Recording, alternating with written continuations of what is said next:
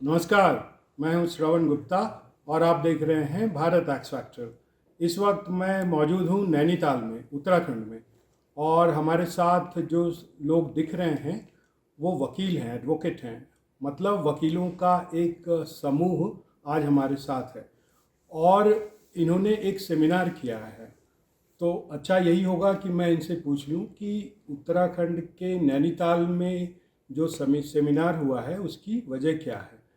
तो सबसे पहले मैं बात कर रहा हूँ दिल्ली सरकार के पब्लिक प्रोसिक्यूटर से, राजेश कुमार। राजेश जी, पीछे आपका दिख रहा है ये बैनर, जी तो इसका मकसद क्या था? नमस्कार। सबसे पहले तो ये जो सेमिनार में जो मुझे इनवाइट किया है श्री किशन कुमार जी ने, सीनियर एडवोकेट, उन्होंने मुझे कुछ चीज़ें बताई कि हम एक सेमिनार करने वाले हैं नैनीताल में और आपको वहाँ पर आना है एज ए इन्वाइटी और नॉलेज एक्सपेंड करनी है एक पर्टिकुलर टॉपिक पर, जो उन्होंने मुझे क्रॉस एग्जामिनेशन दिया है। वो तो चीज़ें थी, लेकिन उससे पहले मैंने इनसे पूछा कि आपकी क्या मंशा है इसको सेमिनार को करने के लिए और इतनी दूर क्यों नैनीताल में। तो इनसे डिस्कशन करने के बाद और आज ये सेमिनार सक्सेसफुली कंक्लूड होने के बाद मुझे एक जो चीज़ नज़र आई वो ये नज़र आई यहाँ पर कि जो एक्सेस टू जस्टिस है वो कहीं ना कहीं नहीं है। और रिमोट एरिया में लाइक नैनीताल, दो यहाँ पर हाई कोर्ट भी है, लेकिन उसके बाद भी एक बड़ी फोरम है सुप्रीम कोर्ट। एक बार कोई मैटर डिस्ट्रिक्ट कोर्ट से कंक्लूड हो गया, हाई कोर्ट से कंक्लूड हो गया, तो हाई कोर्ट के बाद वो जाने नहीं चाह रहे हैं। उसके पीछे मल्टीपल रीजंस हो सकते हैं। पहला जो रीज़न जो मुझे समझ में आया वो लैक ऑफ मीडियम, कि हाई कोर्ट और सुप्रीम कोर्ट के बीच में कोई मीडियम ही नहीं है। मीडियम इन द सेंस कि कनेक्टिविटी ही नहीं है यहाँ पर टू इम्पार्ट दिस नॉलेज कि आपको रिलीफ यहाँ से मिला है नहीं मिला है। इसके बाद भी एक फॉरम बैठी हुई है, आप वहाँ पे भी जा सकते हो। सेकेंडली, आप यहाँ पर 250 किलोमीटर दूर बैठे हुए दिल्ली से, तो फाइनेंस भी एक कंस्ट्रेन है। सुप्रीम कोर्ट ऑब्वियसली वहाँ की लिटिगेशन करना अपने आप में एक बड़ी चीज़ है। हर कोई लिटिगेंट फाइनेंशियली इतना साउंड नहीं है कि सुप्रीम कोर्ट की लिटिगेशंस को बियर कर पाए। तो दो प्राइम पर्पस यहाँ पे रहे, एक मीडियम क्रिएट करना एडवोकेट्स के बीच में कि यहाँ पे जो लिटिगेशन यहीं पर एंड अप हो जा रही है वो आगे सुप्रीम कोर्ट तक क्यों नहीं जा रही है, despite the availability of best advocates. Secondly, financial countries. तो ये भी पता है कि we are ready to do it pro बोनो।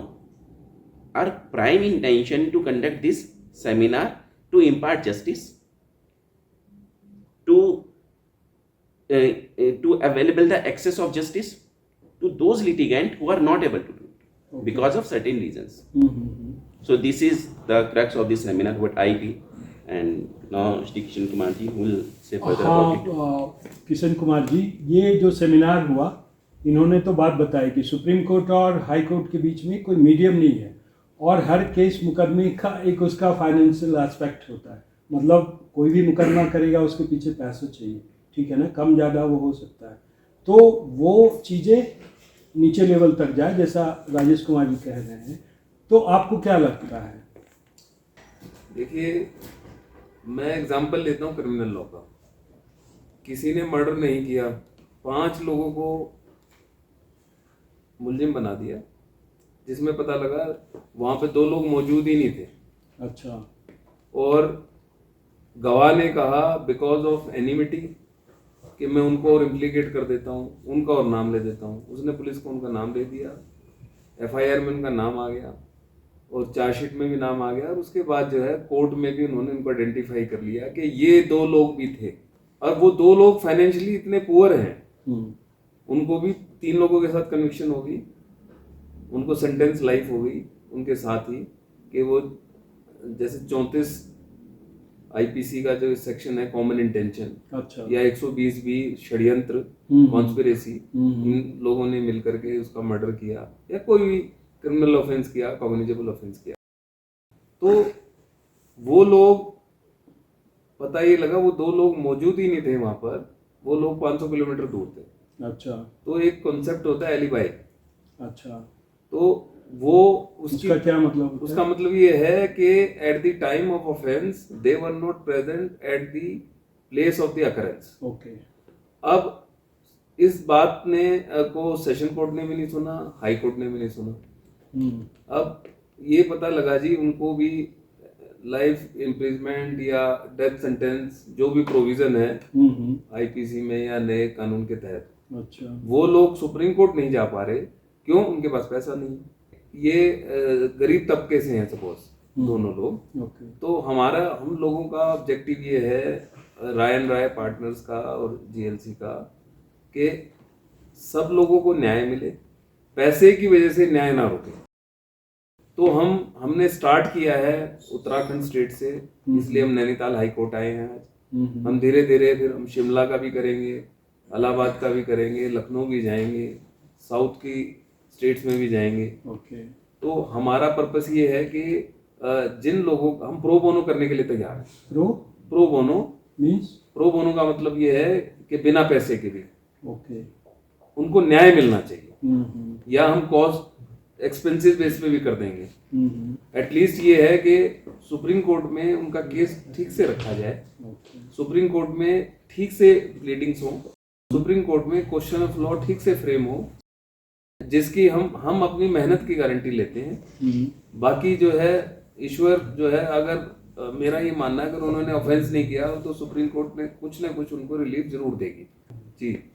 तो हमारा मेन पर्पस इस सेमिनार का यही है, ये पूरे भारतवर्ष में ये हमें मैसेज देना है through advocates of high court और particular high court like Uttarakhand और इलाहाबाद, यहाँ जहाँ जहाँ जाते हैं कि यहाँ पे हमारी लॉ फर्म में सब तरह का एक्सेस है।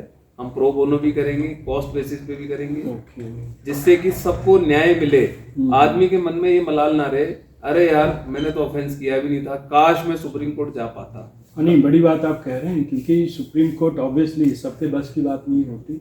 जैसा हम लोगों ने दोहराया है कि इसके पीछे पैसे चाहिए होते हैं, तो बड़ा अच्छा है ये, मतलब कि इंटेंशन अगर ये हो पाता है तो। हमारा इंटेंशन यही है कि सबको न्याय मिले और सबको एक्सेस हो, सबको ये मैसेज जाए, सबको नॉलेज हो। और उनको, मैं आपसे बात भी कर रहा था, यहाँ पे लोगों को ये भी नहीं मालूम कई छोटी जगह में कि हाई कोर्ट के बाद भी कोई सुप्रीम कोर्ट होती है।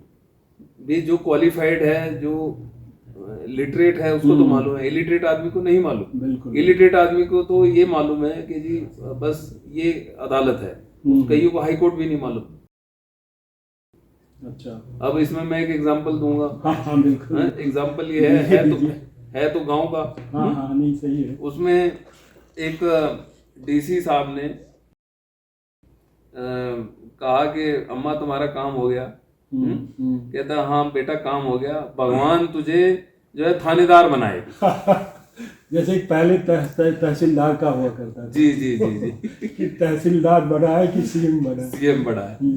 तो हमारा यही पर्पस है कि सब लोगों को कानून के बारे में पता होना चाहिए, सिटीजन को उनके अधिकारों के बारे में पता होना चाहिए, और सबको ये मालूम होना चाहिए कि सुप्रीम कोर्ट भारत की सबसे बड़ी कोर्ट है, जहाँ पर न्याय मिलता है और केस उनका ठीक से पुटअप किया जाए, और उनको हम आर्थिक मदद भी करते हैं। हमारी एक एनजीओ भी है, और जिसके माध्यम से हम उनकी पूरी मदद करना चाहते हैं। हमारा यही पर्पस है पूरे भारतवर्ष में मैसेज देने का। नहीं, बहुत अच्छा पर्पस है और बहुत बढ़िया है। आप बढ़ते रहिए, देखिए क्या होता है आगे। जी, थैंक यू। राय साहब, आप तो राय एंड राय पार्टनर्स के कर्ता धर्ता हैं, तो जो किशन कुमार जी कह रहे थे, आप इनसे इत्तेफाक रखते हैं?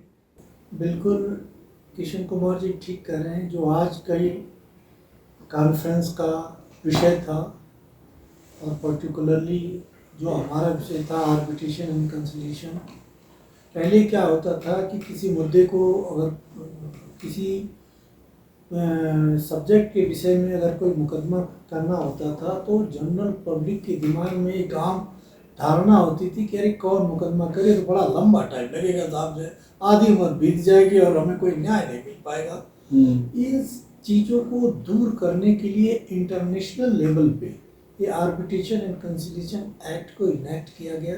इसका पर्पज ये है कि जो पहले लंबे लंबे समय लगते थे 10 साल 20 साल मुकदमे को डिसाइड करने की, इसीलिए इसमें जानबूझ के ये पीरियड डाला गया कि 12 महीने और 18 महीने के अंदर आपको डिसाइड करना है।